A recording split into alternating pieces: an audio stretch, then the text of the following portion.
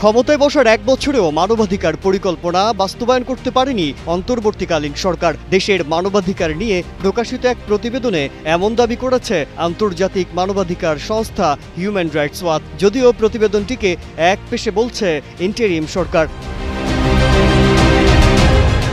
Human rights ওয়াচের এই প্রতিবেদনটিতে দাবি করা হয়, এই সরকারের সময় অতীতের মতো রাজনৈতিক প্রতিপক্ষকে দমনে নির্বিচারে গ্রেপ্তার ও অন্যায়ভাবে আটক করা হচ্ছে। তবে সাধারণ মানুষের অধিকার সুরক্ষার বিষয়টি তেমন গুরুত্ব পাচ্ছে না। এছাড়া ভিন্নমত দমনে আগের সরকারের মতো এখনও বিশেষ ক্ষমতা আইনে শত শত লোককে গ্রেপ্তার করা হচ্ছে বলেও দাবি করা হয়।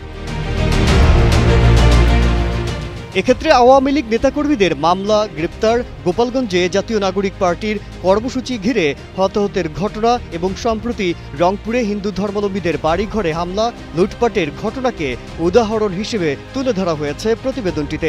বান্ডেল থাকলে প্রতি সেনমানিতে টাকা বাঁচবে। বিকাশ সেনমানি বান্ডেল কিনে জিতুন প্রতি লেনদেনে। এসব অভিযোগ অবশ্য অস্বীকার করেছে অন্তর্বর্তীকালীন সরকার। আইন উপদেষ্টা অধ্যাপক আসিফ নজরুল গণমাধ্যমে বলেছেন, প্রতিশোধ বলতে যদি শেখ হাসিনার লোকজনের বিরুদ্ধে মামলাকে বোঝানো হয়, এসব মামলা সরকার দেয়নি, দিয়েছে বিগত আমলে হত্যা ও নির্যাতনের শিকার হওয়া মানুষ বা তাদের পরিবার।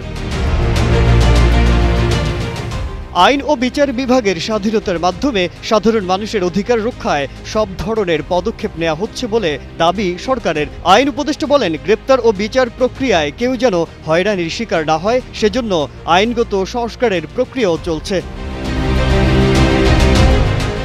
হিউম্যান রাইটস ওয়াচের প্রতিবেদনের আনুষ্ঠানিক প্রতিক্রিয়া এখনও জানায়নি অন্তর্বর্তীকালীন সরকার। যদিও এই প্রতিবেদনটি কিছুটা একপেশে রিপোর্ট বলে মন্তব্য করেছেন আইন উপদেষ্টা অধ্যাপক আসিফ নজরুল। তিনি বলছেন, গ্রেপ্তার ও বিচারের হয়রানি রোধে অনেকগুলো আইনগত সংস্কার ইতোমধ্যে করেছি, এসব উল্লেখ রিপোর্টে নেই। আজহারুল আলম, কালের কণ্ঠ।